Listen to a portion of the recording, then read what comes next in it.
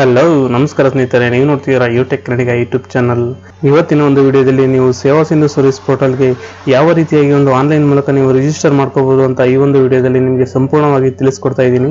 ಬನ್ನಿ ಹಾಗಾದ್ರೆ ತಡ ಮಾಡದೆ ವಿಡಿಯೋನ ಶುರು ಮಾಡೋಣ. ಮೊದಲಿಗೆ ನೀವು ಇಲ್ಲಿ ಗೂಗಲ್ ಬ್ರೌಸರ್ ನಲ್ಲಿ ಬಂದು ಸೇವಾ ಸಿಂಧು ಕರ್ನಾಟಕ ಅಂತ ಟೈಪ್ ಮಾಡಿ.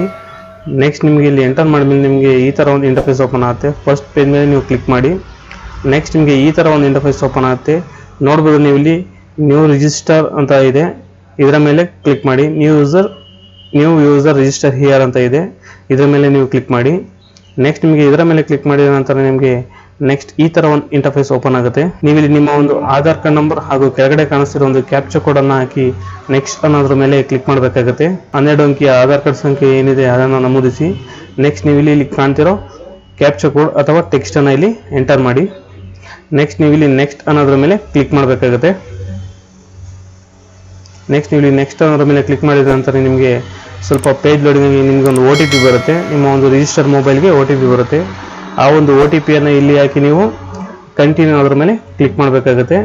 ನಾನಿಲ್ಲಿ ನನ್ನ ಒಂದು OTPಯನ್ನು ಹಾಕಿ ಇಲ್ಲಿ ಕಂಟಿನ್ಯೂ ಅನ್ನೋದ್ರ ಮೇಲೆ ಕ್ಲಿಕ್ ಮಾಡ್ತಾ ಇದ್ದೀನಿ. ನೆಕ್ಸ್ಟ್ ನಿಮಗೆ ಅಲೋ ಅಂತ ಒಂದು ಕೇಳುತ್ತೆ, ಇದನ್ನು ಅಲೋ ಅಂತ ಕ್ಲಿಕ್ ಮಾಡಿ.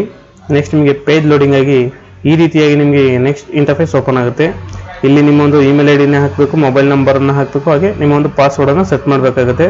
ನೀವು ಇಲ್ಲಿ ಇಮೇಲ್ ಐಡಿಯನ್ನು ಹಾಕಿದ್ರೆ ಹಾಕ್ಬೋದು, ಇಲ್ಲ ಬಿಟ್ಟರೆ ಬಿಡ್ಬೋದು. ನೆಕ್ಸ್ಟ್ ನೀವು ಇಲ್ಲಿ ನಿಮ್ಮ ಒಂದು ಮೊಬೈಲ್ ನಂಬರ್ನ ಇಲ್ಲಿ ಕಂಪಲ್ಸರಿಯಾಗಿ ಹಾಕಬೇಕಾಗುತ್ತೆ. ನಾನಿಲ್ಲಿ ನನ್ನ ಒಂದು ಮೊಬೈಲ್ ನಂಬರನ್ನು ಇಲ್ಲಿ ಹಾಕ್ತಾ ಇದ್ದೀನಿ.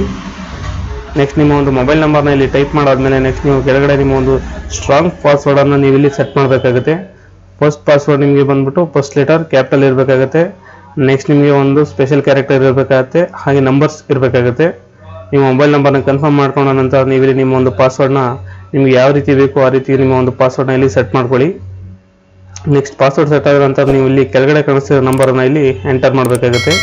ನೆಕ್ಸ್ಟ್ ನಿಮ್ಮ ಒಂದು ನಂಬರನ್ನು ಇಲ್ಲಿ ಎಂಟರ್ ಮಾಡಿ ನೆಕ್ಸ್ಟ್ ಸಬ್ಮಿಟ್ ಅನ್ನೋದ್ರ ಮೇಲೆ ನೀವು ಕ್ಲಿಕ್ ಮಾಡಬೇಕಾಗುತ್ತೆ. ಸಬ್ಮಿಟ್ ಅಂತ ಕ್ಲಿಕ್ ಮಾಡಿದ ಮೇಲೆ ನಿಮಗೆ ನೆಕ್ಸ್ಟ್ ನಿಮಗೆ ಓಕೆ ಅಂತ ಕೇಳುತ್ತೆ. ನಿಮಗೆ ರಿಜಿಸ್ಟರ್ ಮೊಬೈಲ್ಗೆ ಒಂದು OTP ಹೋಗಿರುತ್ತೆ, ಓಕೆ ಅಂತ ಕ್ಲಿಕ್ ಮಾಡಿ.